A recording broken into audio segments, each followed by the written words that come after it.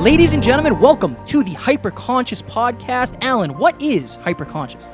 Once you understand why something is the way that it is, now you have the power to change it. Great conversations with great people and great questions are the keys to the kingdom of unlocking your consciousness. Every single action that you do starts as a thought. When you control the way you think, you will control the way you act, and you will control the way you live. That is hyperconscious. Ladies and gentlemen, welcome back to another very special, as always, episode of the Hyperconscious Podcast. We hope you enjoyed our latest Scratching the Surface episode, where Alan and I talked all about breaking away from average. Speaking of breaking away from average, we were lucky enough today to sit down with the one and only Anthony Trucks. He is the man. So Anthony Trucks, we met at Brendon Burchard's event, HPA Live, about a year ago. Yep. And we conversed via Facebook Messenger for a while, and he was a speaking mentor of mine for a short time. Anthony's awesome. So he was in the NFL, he was an American Ninja Warrior, he's done so many incredible things, but more importantly, he has the biggest heart, and he went through tremendous adversity in his childhood. And if there's any excuses that you or me or Kevin have holding us back, his story and his shift formula is going to help us really break out of that. Yeah, one of the questions I asked him was, if you could only pick one word to describe Anthony Trucks, what would it be? And he said it was genuine. And Alan and I would definitely agree with that, and I'm sure you will as well. So we hope you will enjoy. Talk to you soon. Bye. Ladies and gentlemen, the Hyperconscious Podcast is proudly sponsored by our friend and mentor, David Meltzer of the Playbook Podcast. He was kind enough to join us on episode 144 and 135. Folks, it has become Kevin and I's mission in life to help you realize that the life of your dreams is right on the other side of you becoming the greatest version of yourself. Let us help you do that. I rarely do these things twice in such a short amount of time, but you guys impress me. I believe in people that provide value and of our service. You two guys are on your way to huge fulfillment, purpose, and profitability, and I'm looking forward to helping you both. We appreciate that more than you know.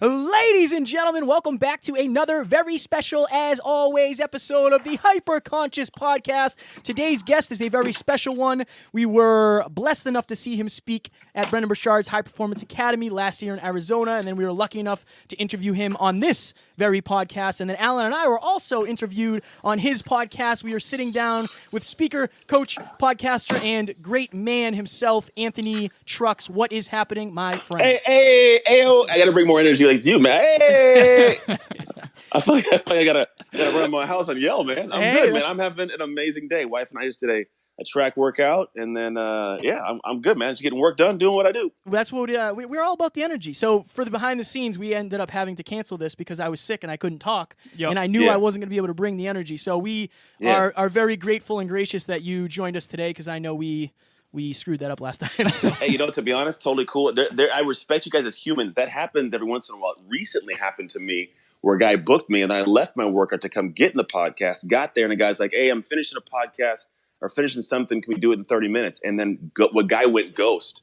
I was like, "Yeah, 30 minutes is fine." So I just sat there for 30 minutes, and then just didn't nothing until 8 p.m. that night. Like 6 hours later, I was like, "We can't do it." Like, you try to hit me back. It's like, "I'm sorry, man. I respect everybody's time."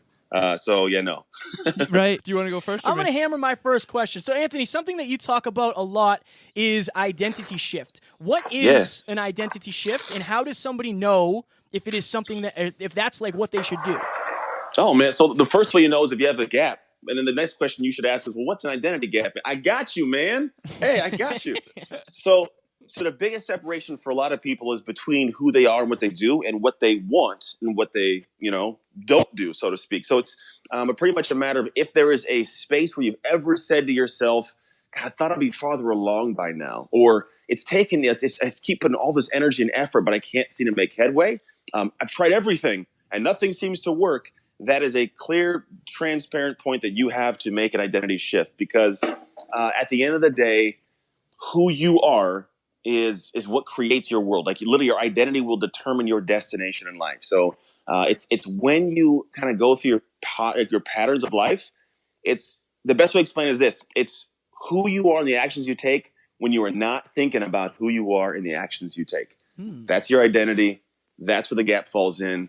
And that's how it works, man. And to be honest, anybody who has another level they want to achieve, we all walk around, me is included, every day with a separation between who we are, we want to be, and the identity gap that we have is where it is. So that's how you know whether you need to make a shift or not. So that leads me to one of the questions that I prepped for this. So on your website, you talk about the 3 phases of identity. So number 1 is see, number 2 is sacrifice, number 3 is sustain. Can you please describe each for our listeners and help them use each to get to the next level in their life? And that includes Kevin and myself as well. Yes. Yeah. So shift is all about this whole concept. It's called the shift schematic, right? That's part of the flow we go through. We see, we sacrifice, sustain. And here's an area where shift takes place. I've actually changed sacrifice because it has a negative feel to it to shift. So it's actually see, shift, sustain.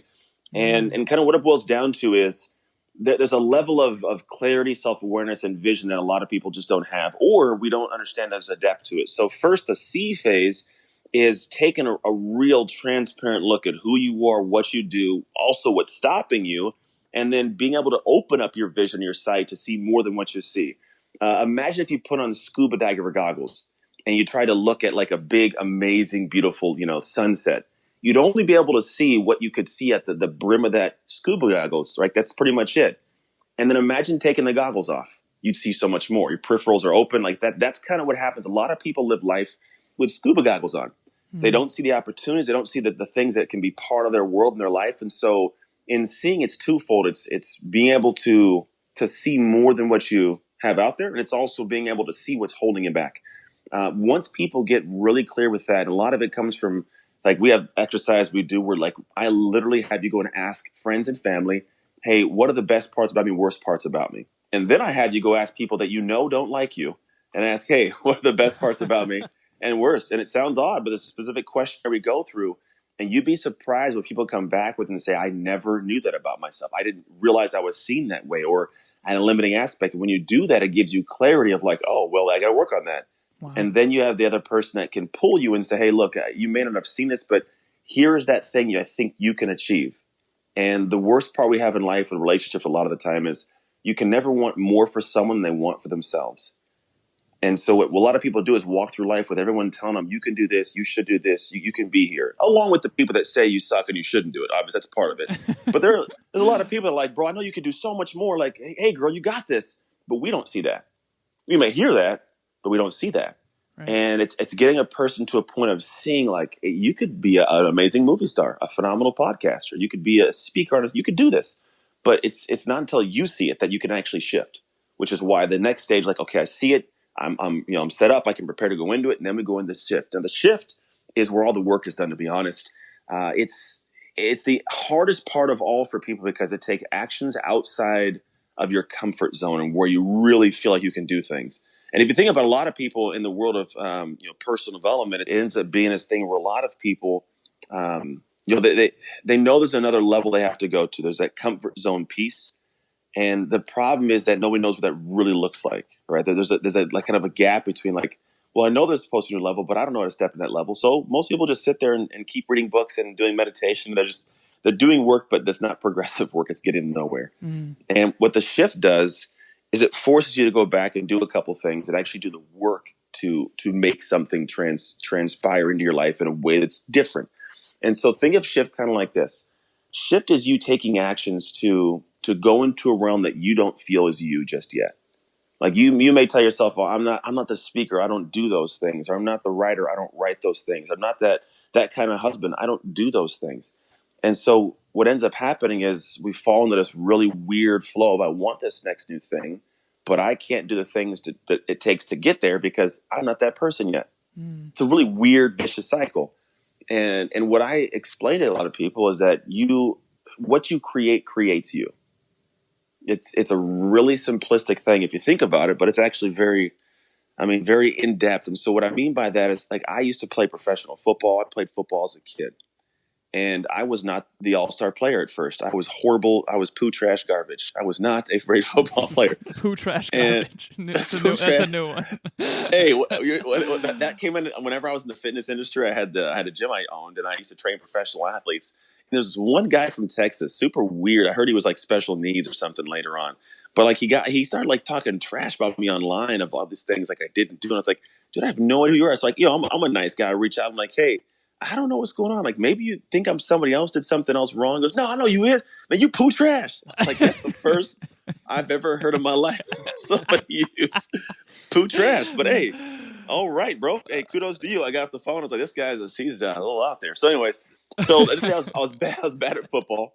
And what ended up happening was I had to have this weird course of action take place to get me to being a great football player. And here's what it was.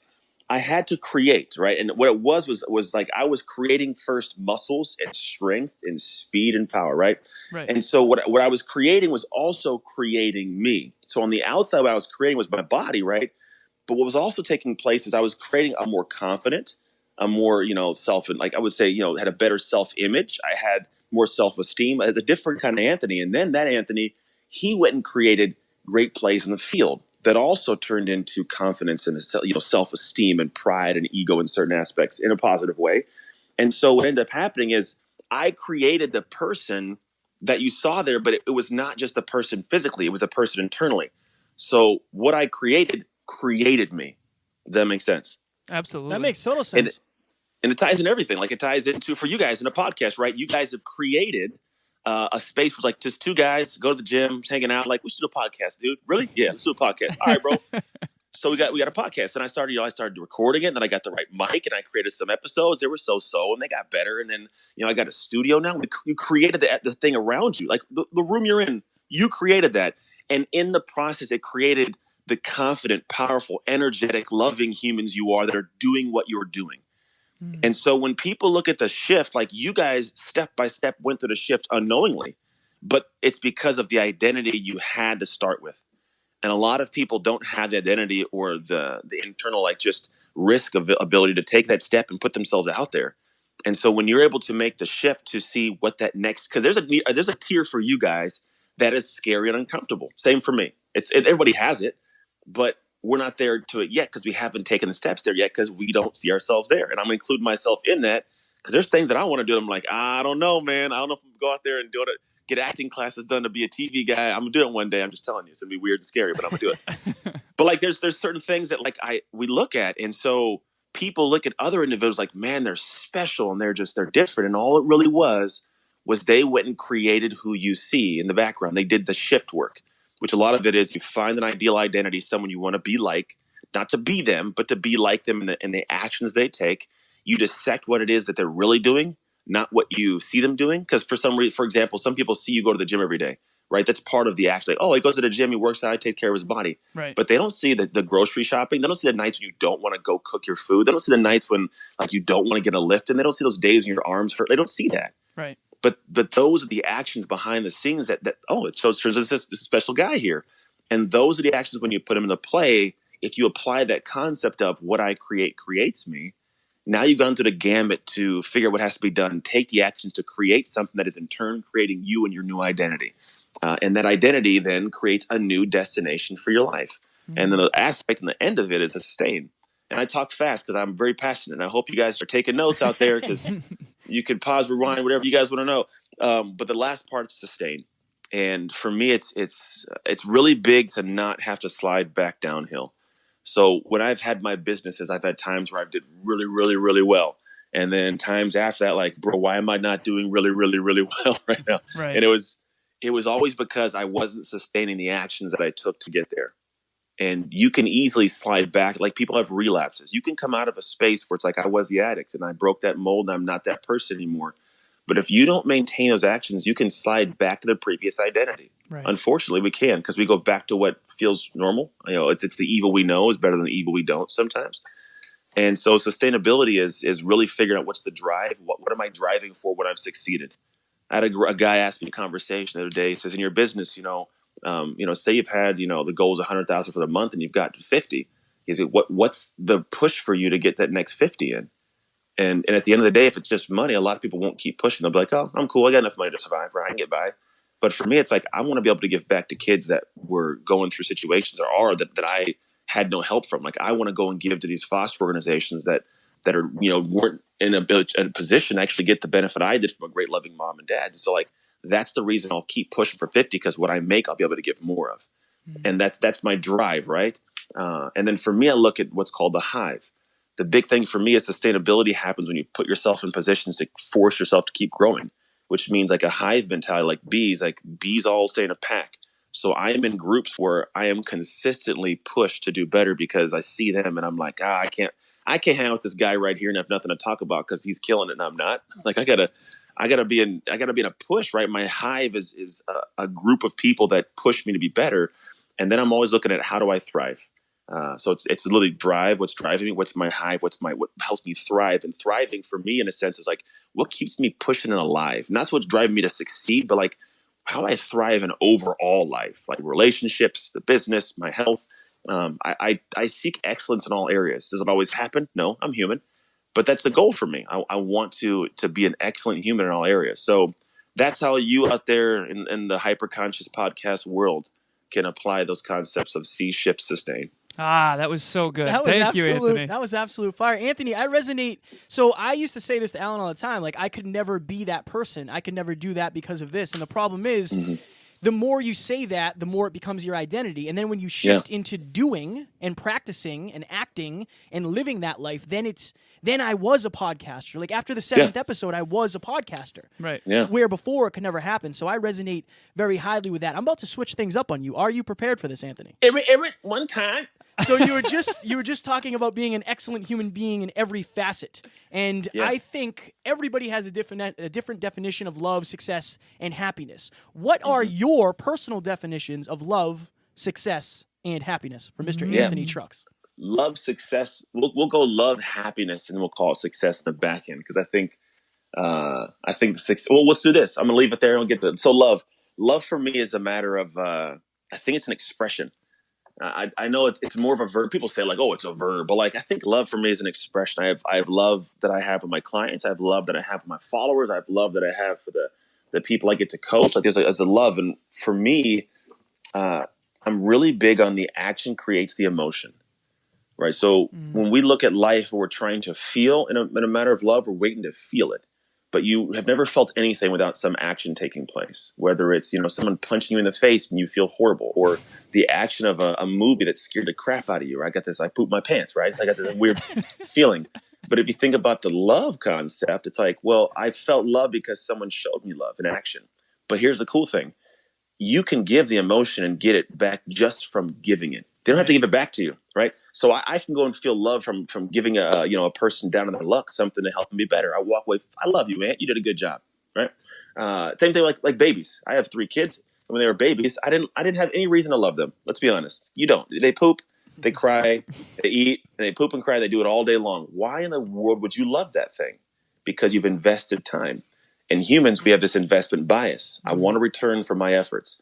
And for a lot of people, the efforts come back in an emotion, which is that feeling of, man, I love my kid because I'm up with them till, literally I get up at 6 in the morning. I had class at like 7. I have to like stay up super late and just be there being dad. But like, I love this little human because I don't want to have all this effort go in and have no feeling from it. So love is literally for me something that comes from the actions you give. It's something you develop through what you put out into the world. So that's where I believe love is. It's a different kind of emotion that I have in all aspects for my marriage to, work with guys like you. Like, I love you guys, but it's not like no homo. I love you guys. You know what I mean? Like we love you too, Anthony. Because I love having conversations and expressing and sharing. I'm not sitting here just like, half focused. Like I'm here. Right. So there's an effort I give and I want the return of feeling good. So that's that. Happiness. I believe happiness is different for everybody, which we all know that. But I think happiness is genuinely not having a care in the world for what anybody else deems to be happy but you. It's very similar to me to success, but not completely the same. Happiness is like this joy that you can't explain. There are a lot of moments where I literally went in my family and I'm just hanging out and I have this overwhelming, like, God, I'm just so joyful. Like I'm extra happy right now. I get waves of joy. And it's more so from a realization of what I have. And happiness for me doesn't come from me attaining something, but me personally more so reminiscing on what I've attained, or literally experiencing, or for a moment, like embracing what I've attained. I think whenever we have this desire to look at other things or what I don't have, it leads us this level of want. And when you have this want leads to unhappiness. Because I want something, but I don't have it right now. And because I don't have it, I have to question why I don't. I look at all the negatives, why I don't. Now I'm leading myself a path of unhappy. So I just look at like, dude, I'm happy. I got my health. My kids are here. My wife's happy. Like I'm not financially stressed. Like I'm good, man. Like that for me, I sit back and I embrace what makes, my life joyous in this moment, and it creates happiness. And I think happiness is different for everybody. For some people, it's not that. For some people, it's like they love to be on the go all day. Totally cool. It's my own personal thing. But happiness for me is it's the absence of negativity and the presence of joy from a very present perception of what I have. Interesting. Success, I believe, is this really weird, skewed thing. And it sucks to have to even, like, it's all different for every single person. My neighbor's idea of success is different from mine. And the problem that we run into is we think that other people have to have ours, so much so that we argue for it or argue against it. And it really sucks, because here's what I realize success is for me. Success for Anthony is I have control.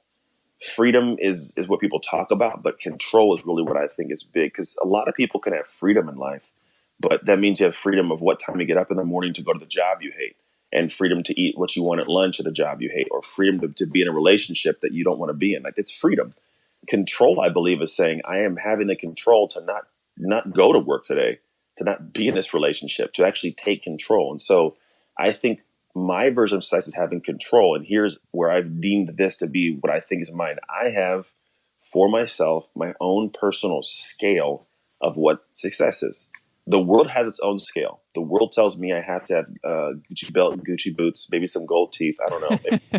The world says I have to have a Bentley and a Ferrari, and then I have to have, parked in front of a nice house. Right. And I have to make sure I'm taking at least a trip to a beach or a mountaintop once a month, and I got to put that out. And that's the world tells me. And then what's crazy is you get that, and there's somebody else in the world that says, "Oh, you going to that? Man, I got a yacht. I got a castle." Like, there's never a top. So I realized for me, like, I got to set Anthony's level of what makes Anthony happy. Right. And what makes Anthony happy is eating, popcorn from the popcorn machine, watching TV with my kids, hanging with my wife. We did puzzles last night, like 1,000-piece puzzle, ate some pizza, bro. That's for me a success. And it's my own scale.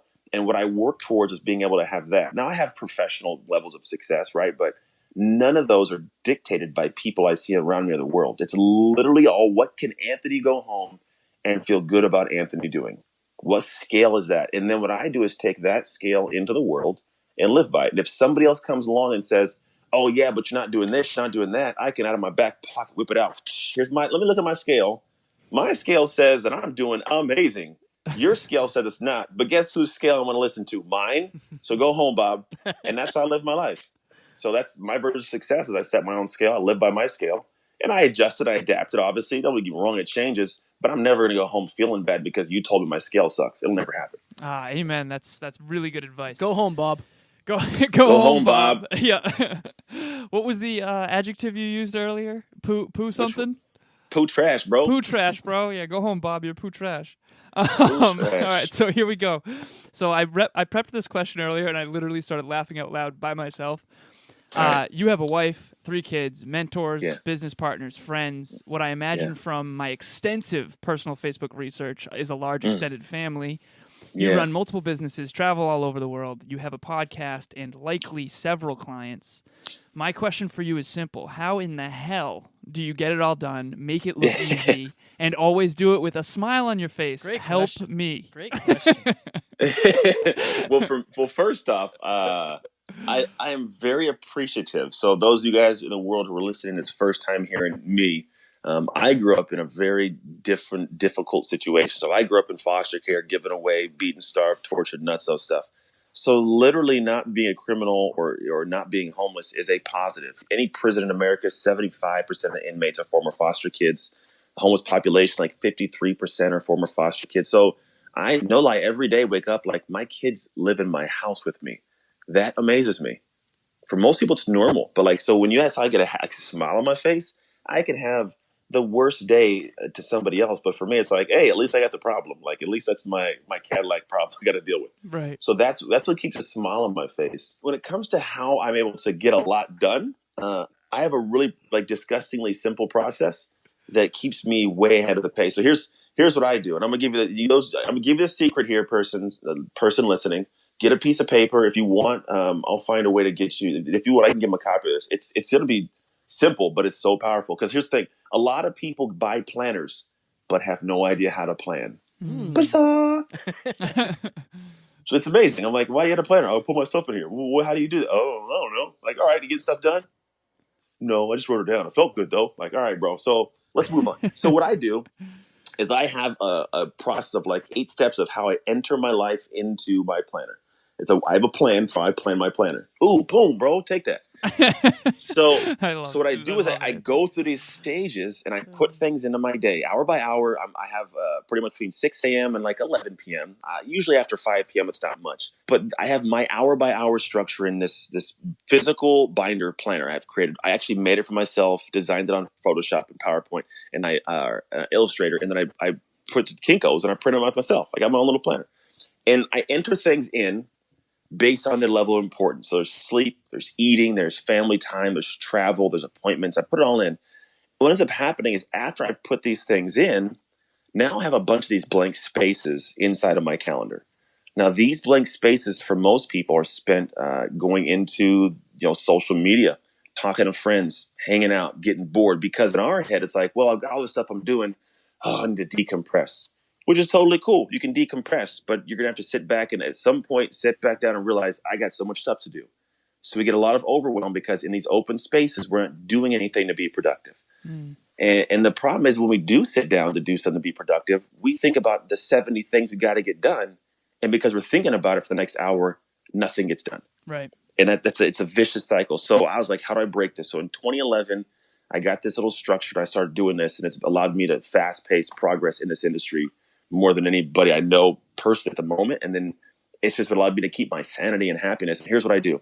In those blank spaces, I realized I could infuse different things. I then go and look at the major projects in my life. I have some work projects, life projects. I never have more than 4 going on at the same time. And each one of these 4, they may be a big project. However, there's a lot of segments inside of that. And each one has like individual tasks. It could be the podcast, could be coaching, could be marketing, could be team meetings, whatever it is. And I look at these things I have to get done. And what I do is I deconstruct everything down to its like simplest form I got to get done. And so for project A, B, C, and D, I may have, 13 steps, 12 steps, 10 steps, whatever it is that have to get completed. And then now what I do is I segment them down to at minimum an hour. Some are 30 minutes, some are 15 minutes, but there's like an hour of what has to be done. And now I look at it and say, okay, great. Well, for this project, it's going to be, 55 hours. This one's going to be 12 hours. It's going to be 2, no matter what it is. And I segment it down. And now what I do is I go to my planner that has a bunch of clean white spaces, and I start infusing these hours, 30 minutes, 15 minutes into my schedule. Some could be blocked out over a week, 2 weeks, 2 months, some are 3 months. It just takes time. But at a certain point in time, I have it all placed in there. I also have placed in there no working time. Like I have time with my family, time to work out. Like it gets put in there too. It's just as important. And when I'm done with that planner, I have a sense of peace that it seems like Buddha-like. I don't know if Buddha has peace, but I'm assuming Buddha does. But it's peaceful. And the reason I do is because now what I do is I go to my day and I get up when I'm supposed to get up and I follow through. And as long as I stay to what's supposed to be done on these sheets and in these hours, I'm good. So if I work through and I'm working on project A, step 5, I am great and I can focus on project A, step 5, because I know project B, C, D, and E, or whatever it is, they're already structured out to be done over the next 3 months. There's no stress of when it's going to be completed now. I know it's going to be done in 3 months as long as I just stay on pace today. And I give myself, the time I need. Like sometimes I know I can't work for more than like 6 hours straight.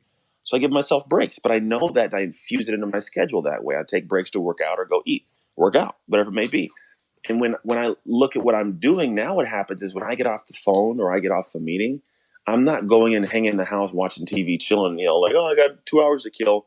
I know, I planned last week that right now I'm going to spend some time prepping for the speech I have 2 months from now. Let me do that now. Or, I got to get this social media thing to my team. Let me go and create those little images, those topics for the videos I'm going to film my video guy next Friday. Right. So it's already done. And now I'm not rushing. I'm never rushing. And I'm always getting things done, usually ahead of time. And so when you ask how I'm happy, it's like, because I'm here with you right now, present, not worried about anything else to get done. Ladies and gentlemen, we hope you are enjoying this episode where we were lucky enough to sit down with the one and only Anthony Trucks. If you are enjoying this and you come across a part where you really, really resonate, please screenshot it, share it on your Instagram, tag Alan, myself, and Anthony so we know that we are helping you. We appreciate the support. The other thing that I want to mention is the Hyperconscious Nation. So if you go to the hyperconsciouspodcast.com and click on join #Hyperconscious Nation, you will be entered into our private Facebook group where Kevin and I consistently go live, and we encourage other people to go live as well, share the things they're going through. We often ask the Hyperconscious Nation what challenges they're facing so that we can cater these episodes to you specifically. Speaking of asking, do you think we should get back into the episode? Yes, I do. Let's do it. Talk soon. Bye. Anthony, so I want all the listeners to really take this in for a second. So I just said on the surface, the physical, picture the iceberg. The very tip of the iceberg is what I see as a friend of Anthony's, his family, friends, mentor, businesses, clients, all that stuff. Look at the level of intricacy to the way he plans and designs his life. That is the reason why he can make what's on the surface look easy. It's not that he's more special than you. It's that he has created a unique plan for himself to sustain this incredible life that he has designed. I wanted to say that, and that was so fire, Anthony, for sure. Anthony, Yeah, man. Very welcome. So I guess the one pain point for Alan and I is like, we create systems of success. So what are the 13 to 15 things I have to do, and I do it in health, wealth, and love? Like, what are 5 things I should do every day to get my macro goal in health, wealth, and love? But I often have trouble when I'm shifting from one focus to another. So we have a speech on Saturday, and after that, I will have a new system of success. How do you go about kind of breaking down something that's like not necessarily that specific? If that makes any sense. Well, so I'm going from doing speech prep to now I'm going to have an open block of time, and now we're getting better at delegating, eliminating, and automating some of our things. Yeah. So I guess I'm going to have a little bit more time to fill. If I was a client of yours and you know that I want to be the best podcaster in the world, I just started my speaking career, what would you suggest I do to fill that time? Well, first thing is this, I would not fill that time because what you think you have, you don't, usually. You think you have like, hey, it's off the plate. But based on the kind of human you are, you're going to find something to fill the space. So don't do anything with it yet. What I would say is the moment that you feel bored because my team's doing everything, now you put something else in place. And the reason is if you put something in place now and your team takes over some stuff, and then they don't do it right, you're going to have to start canceling the plans you've now made to retrain them, to reteach them, to do something else, to catch up to speed. So I would take that time to fast pace on things that can be dropped in a moment. So start reading more. Make a choice. I'm going to actively read for 2 hours a day. It sounds odd, but do it. It'll sharpen the sword. Or I'm going to spend some time creating new content. Maybe you think about a new piece of content you can create. Maybe it's a video series on some topic or whatever it is. Or start twiddling away at maybe you want to do a coaching course or program. But don't get deep into something like you are now, because delegation is a tough, scary thing to do, because most people, they assume that I hired an A+ person. And so they're going to do it A+ because they're an amazing, smart person. The problem comes in when you don't give an A+ person direction. It's like putting, Mario and Andretti behind a car and then tell them, hey, there's a big open sand desert. Cross the finish line, bud. Right. Like, where do I go, man? I'm great, but I don't. So you got to train them. And in training them, they're going to do it how they want to do it to get done with the job, not the way you want to do it because you have passion for the work. And so what I typically tell people is when you're delegating, give yourself that bubble to train them like crazy, to where at some point in time you sit back and you're like, dude, they literally don't need me. Now you start putting big new projects in place because you can focus on them fully. Because again, when you get to doing a new big project, your brain's going to go because passion comes into play and my brain wants to go here. And now when I'm pulling that way, if I have to get tugged backwards because someone's doing something, you get frustrated, you get short, and you get less effective. I appreciate that. That was absolute fire. I needed that. Yeah, that was interesting. until you get bored, try not to overload your plate. And I think that when it comes to delegation, we have a new team that's very exciting, but I do think it's going to take a lot of our time at first to More than really you train think. them and equip them. More than I think, yeah. I mean, I used to have a gym with 20 trainers. Like they all had to be trained. And I didn't know this early on. So I would bring people on and they'd fail. And I was like, you guys all suck. What's wrong with you? And then I was like, man, what's the common denominator here? Oh, it's me. Right. It's me. And so when I started realizing that I was a problem because I wasn't training them frustratingly simple. Like it had to be the point. I knew I was doing well when I was like every day frustrated with how stupid this question felt to me. Like you can figure this out. But then I kept doing it and kept doing it. Eventually the questions stop because they get it. And this is for me, the best way I can explain to you is when you get to that level and you can train them at that level, that's when everything's going to pick up for you. That's how companies scale because you're truly hands off. If you're doing their job with them, you're still doing the job. But when you can have them now doing that job without your input, they just run, they check in with you guys weekly for an hour. Now that the business runs and now you can really turn all your gears somewhere else in that back area you had. Like the back business portion, it's not falling down. It's actually going and building faster. Mm-hmm. That's exciting. I'm excited for this next runway we're I am paving. too. We're just figuring this out now, Anthony. Like we're 2 years into this, but like now we both have coaching clients. I actually do have several online training programs ready to go now, and Nice. It's just a matter of like what I like doing is this. I like talking to you. I like speaking. I like those things, and I don't like editing video. Like I hate that. I don't enjoy it. So that's the next step. We're trying to do everything between the two of us, and we're realizing really quickly that we cannot do that and live a happy life. So, but it's all part of the process. You had to do it because now you can understand how to talk to the video guy. So you don't have to spend hours with him talking like you're speaking Spanish. Right. And then on top of that, if you're not, I know now if I'm not getting a good deal on something. True. If somebody comes to me and tells me I want to manage your social media and post stuff, it's going to cost you $7,000 a month. Like, bro, go away from my face right now. Like, you know what I mean? Like, but some people who haven't been in the trenches, they don't know that. And I think it's a necessity for people to try these things in the beginning to get a really good feel to understand, one, how to be able to know that they're not getting screwed, but also it makes you a way better trainer because then you can teach them exactly what you want done. Anthony, so before we saw you at HPA Live, I didn't know that much about you until that day. And what was your early speaking career like, and how did you evolve into the person that you are today? Like, how long did that take? What were the trials and tribulations? Like, what was that like for you? What are the cheat codes? I wish I had specific cheat codes. Here's the cheat code: let life whoop you a couple times, and keep getting back up, bro. That's the cheat code, Perfect. man. Just got it. Stay back up.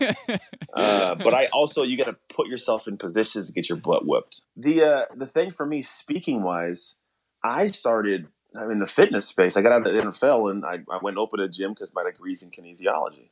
And so I was like, I'm just trained. And then I started from there. Like I was always a teacher, so I would teach people stuff. And then I got asked at one point in time to speak for my certifying body. And so I went and talked to them, and I kind of got into the world of speaking and coaching, got invited to go and speak and teach in Russia. And I started doing that whole thing. And so I got a weird knack for that. And then I got to this point where I wasn't in love with the fitness industry anymore. What it was turning into was not after my heart, so to speak. I wasn't in love with the vanity of it. Wasn't in love with what people were doing. I honestly, in my gym, I was like, I like coming to work out with some of my clients, but like half my clients I don't like. It's like, so that was, and then also it was a big thing is my mom passed away in 2014. And I started questioning, like, if this is how finite and short life is, I got to do something bigger. Like I'm meant for something more. I don't know what it is yet. And I feel like I was hiding my light in this little town of Antioch. And so I was like, all right, it's time to put my light out there. And then I happened across this guy, Brendon Burchard, and I went and showed up at one of his events, just some guy in a Superman shirt and the side. And for some reason I stood out because at these events, there's not many guys that have black skin like mine. So I just kind of I was this guy that everybody talked to. And then I weird roundabout way, I happened into this. Brendon puts in these little groups of 5, 6 people get up, talk about this topic, and then, we'll share. And I got into a group with this girl who happened to be the fiance of this guy who was the son of Brendon's top guy security. So somehow she just kind of listened, liked my story, told some people in a roundabout way. I got asked to, volunteer. And it really kicked my butt into like, hey, I really can be something in this industry because I had this life story that people enjoyed. I've done a lot of cool stuff from, rag to riches kind of story, but I really had this desire to give back the way my mom gave to me, which was I was this foster kid, and she unconditionally loved me and created a great life for me. So I was like, dude, if I can do that and live through, that and create, I guess, something out of her memory, love to do it. So I kind of pushed forward, and it's always been for me, like I just said at the beginning, that the cheat code was I just kept getting into situations to get my butt kicked. Like, there's no reason this former NFL gym owner guy should think anything about personal development and getting on stage. Motivation maybe, but not like literally learning the psychology and reading books and like understanding humanity.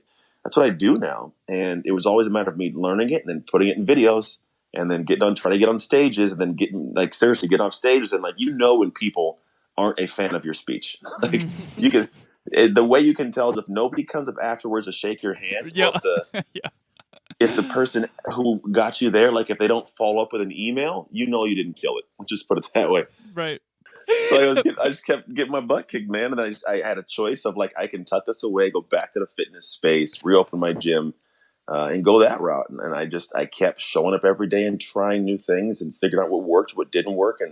But again, if you go back to the beginning, like I saw the opportunity, the shift was that I was going through for a long time.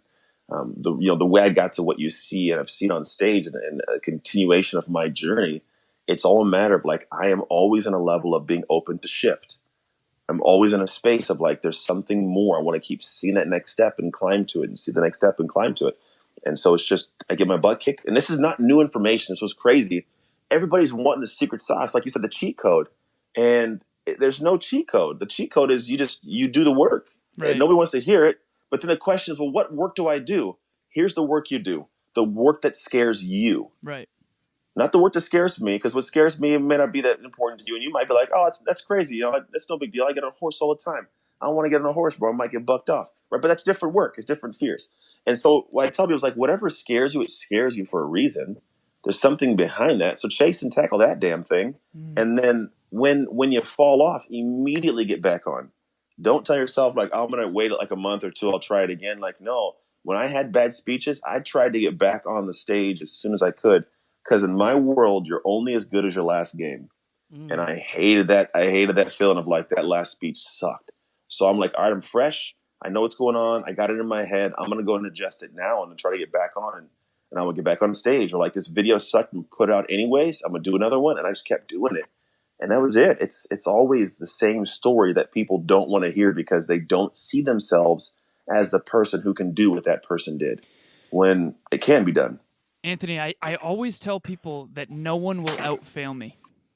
And the reason I say that to myself, and that's actually my mindset in the gym too, is like I want to go to failure and stop avoiding the pain, Alan. Just go past failure, because if you don't go past what you're currently capable of, you'll never stretch, you'll never grow, and you'll never be the person you need to be. So what all successful people try to tell everyone who maybe hasn't achieved that same level of success, that like the cheat code, the number one cheat code is go fail. Go break some eggs. Go crash the plane a few times. Like, you're not going to die. You're going to realize you're not going to die, and you're going to keep getting back up. And the only way to learn how to fight is to get punched in the face a few times. Yeah. What is your relationship with failure? And from an outside perspective, it seems like you're just winning. What is really going on for our listeners in terms of failure? Truth is, it's a fail every day. Speaking of failure, you just had a little cutout. It just went out. Hey, so like 2 weeks ago, I went down to Los Angeles. I was possibly going to be cast as one of the Biggest Losers trainers. Went home, got the contract in the mail, in the email, and I signed it. So I was like, all right, bro, like I'm about to take off in like 3 days and go and film. And then like a day later, hey, you didn't get it. Right. So like that literally becomes like a moment of like, oh, dude, like I failed. Or I failed in my marriage. I lost my entire family. Like, I failed in my gym business. I almost went bankrupt. Dude, I failed like big failures, right? And so I think what happens for me is I always step back and I look at like when I played sports. That's why I'm a big proponent of sports. When we played sports and we lost the first game of the season, we didn't go home and be like, all right, season's over. Right. But everybody does that. Everybody does. Oh, season's over. And I go back and I just kind of I try to get by, but we always tried to get better because I hate this feeling. Why in the world would I want to feel it again? And I know that if I don't do something more than I did, I'm going to feel it again. The worst part is it's in exactly those moments you don't want to do anything, but you need to do more. And when I have these failures you don't see behind the scenes of like team didn't hit the sales numbers, or funnel's not doing what it used to do, and like numbers looking funny, I'm like, dude, does anybody like my stuff? Or I have this cool video that nobody seems to care about. I'm like, oh, I like that one, and nobody likes it, right? Been there so many times. and all you do is just say, all right, like I'm gonna get better. Like I started thinking like tattoos I can get. Like, so I didn't get cast as The Biggest Loser. I'm like, all right, I'm gonna have this moment in time later on where these people look and they go, damn, we could have had that guy. And that's how I live my life. And I don't say it outwardly. This is probably one of the few places you'll hear me say it. I don't talk about those things. These things are my private things that drive me to where I can have that moment in silence. But that's part of who Anthony is. It's how I see things in the moment, which has been crafted from all the times in the past that I've created different things to create this guy now. So I literally am a product of what you create creates you. And so the world I created, the life I created this guy that has a perspective like this. It wasn't given to me. It wasn't a gift. I wasn't born with this. It was just a matter of day by day, arduously, little by little. I just created this guy, and this guy was created from what I made. I appreciate you sharing that very much. Yeah, Alan and I always speak so highly of you because you're real, Anthony. And in this space, and especially in social media, there's a lot of people that will tell you there's a secret, and you just have to pay 3 easy payments of $19.99, and it's yours. Right. So I resonate so highly with you because you're, again, like we're sending video messages back and forth, and every time I flex at the end of the video, and it's just like a funny thing that I have nothing but love for you, Anthony. It genuinely feel that way. So we're coming I'm up. just a dude. Yeah. I tell people I'm a regular dude. I mean, so just so you know, I'm sitting on my daughter's pink bed, looking at her ballerinas. I'm a regular guy with headphones on and my short. I got my dad's shorts on. They're above my knee. I'm a dude, man. Well, we They're above appreciate my you. knee. I love how you specify that. Right? We appreciate you duding out with us. So we're coming up against the clock. I have a question that we usually ask. Alan and I usually have questions that we ask every guest, but you've been on once already, so you heard those questions. So I have a different question for you. If you could only use one word to describe Anthony Trucks, what would that one word be? And why? I would say genuine. Because like you said, like I don't like that word. Like, I'm real. Like I'm not real. Everybody's real. You're human. I can touch you. Of course you're real. Genuine is like I genuinely care about people. I'm a genuine person in how I operate. I'm almost too transparent. My wife will tell you she hates when I start talking about stuff in public. I got in trouble at the block party this weekend because I had a couple beers and I started being really genuine. She was like, why would you say those things to people we just met? And I'm not kidding. This really happened, guys. I'm so dead serious. But that's me. And then I also, like, if I don't like something, I'll tell you that too, because I found that the best kind of love is the love that someone will give to you in the way that you'll hear what you need to hear, not what you want to hear. I think the real proof of love is if you're willing to give somebody the information that their heart isn't ready for, but needs to hear. Wow. So that's me, man. I'm genuine, bro. I really liked what you just said there. That is something that was a breakthrough. Okay, so my question, I actually had several that I didn't get to ask, but this is the first one that I wrote down because I am super curious. All right. And I remember going into this like, okay, Anthony Trucks is awesome, and I need to learn from him. What can I learn from him? So this is where this question came. So Yeah. I read somewhere recently that the NFL has a total of nearly 1,700 players. Now, I think the stat was from 2011, so I'm sure that's changed. Don't quote me on it, but whatever. Yeah. Okay, so in a world where literally millions of people dream and aspire to be in the NFL one day, how did that feel for you personally? And perhaps more importantly, how did you make sure that the best is still to come for Anthony Trucks after that ended? Ooh, fire, bro. I'm toasty right now with that fire question. Yeah, man. So the big thing for me is it felt amazing. I'm not gonna lie. Like, it feels good to know you're one of the best in the world. Like, that's one of the things I never grew up desiring that, to be honest. I was just like, I want to know the next step. And the next step kept going. And then I got to the top. And it really is weird because you're sitting there in a space where like you can't argue. Like, I have a jersey on, which means that I've got the top. And then at the same time, when you're there, it's also scary because the farther up you go, the farther you have to fall. And you're always trying to be at that peak and that tippy top. And every day they're telling you like, hey, we're going to cut you if you don't figure it out. So like, there's a lack of security, stability, there's fear. It is the most unsettling environment to be in, to be honest. And the reason a lot of those guys have such swag and confidence is because They earned it through fire, bro. Like you look at these guys, like how does he have that chip? You just don't know what he's gone through. Period. Like you haven't been in that level of pressure yet and have to perform and then performing and then like, whoa, I feel like it's feeling amazing. Like you don't understand when he got that touchdown. It's not like the kid in Pop Warner get a touchdown. Like that matters. His family can eat. His contract's going to be good. His agent's okay. Because the backside of it is one day I disappear. And if I was to ask you right now, go ahead and name more than 100 guys in the NFL of 1,700. Good luck. Right? That's just it's so fast. And so the NFL stands for not for long, bro. Guys come in and they go out and it's one of those up and down. So it was a great experience. That was also a poor experience, but one of the best for me to have gone through. And I think what's for me, how I know the best is yet to come for Anthony is as I look at, for me, genuinely, what am I supposed to be doing here? Right? I think that I was put in a position to play in the NFL, not to play in the NFL, but to be able to have people listen to me because I played in the NFL. I don't know if that makes sense. That makes perfect sense. Yeah, credit. Absolutely. Yeah. That was me. So I now have a lot of life experience I went through before and after the game that can relate to everything from sports to relationship to business to health. I mean, you name it, I've gone through so many crazy, stupid things. And for a lot of my life, I'm like, why? Like, God, why you put me through this, man? And what I've come to find in my own realization is I was put through it all because I was strong enough to endure.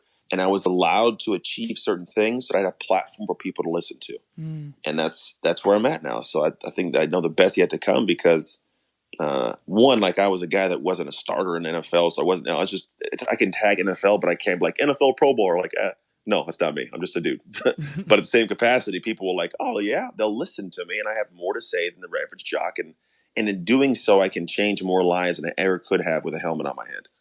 Absolutely. Absolutely. You cannot influence someone unless you know what already influences them, and football is something that this country in particular absolutely loves. Anthony, thank you so much for coming on the show, man. This has been unbelievable, and I very much set the intention a long time ago to speak on a stage with you one day. I cannot wait for that.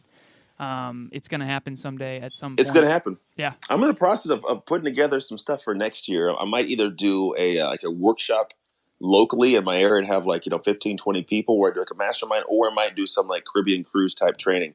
One of the two, we'll talk about maybe having you come out. And we can definitely fly out, Anthony. It's not a big deal. We'll figure it out. We'll come visit you. So I also just wanted to say that I'll speak for myself, but I know Alan feels the same, that we're both super excited to see what is to come for you, and we will be following you very closely. I just want to make sure that, do you have any programs, anything out right now that you want to plug? No, we do what we do. I mean, here's the thing. We have coaching programs. We actually work people through everybody from Amazon executives to business clients and everything. The big work that I do nowadays is we help people make that identity shift. We literally walk them through how to upgrade your identity so you can upgrade your life. That's it. If somebody wants to do what's called a free strategy call with my team, you can go to trucksteam.com and they'll walk you through getting clear on what's the place you want to go, where you're at now and what's stopping you. And then if we can help you, we'll let you know. If not, we'll kind of direct you. But yeah, go to trucksteam.com, book a free call or team. I can vouch for that because after I was on your show, somebody actually started listening to this podcast, and she was telling me how she was being coached by you and how it was a game changer for her. So I can vouch. Appreciate Anthony, we often say hardest workers with the biggest hearts. Our favorite part about you is that huge heart. Keep shining, brother. The last thing I wanted to say is usually we have a 10-second blip that we'll do at the end of the episode for the listeners to take away. If you had only 10 seconds, one thing to say to the listeners, what would it be? Own your shifts. That's it. Go out and own that you have to make the shift and own the shift work you have to do. Beautiful. Boom. Ladies and gentlemen, that was Anthony Trucks. We hope you enjoyed, and we will talk to you soon. Talk to you soon. Ladies and gentlemen, we hope you enjoyed this episode where Alan and I were lucky enough to sit down with Mr. Anthony Trucks. Up next for episode number 211, we are going to do a 5-minute clinic on the word practice. Anthony talked about this.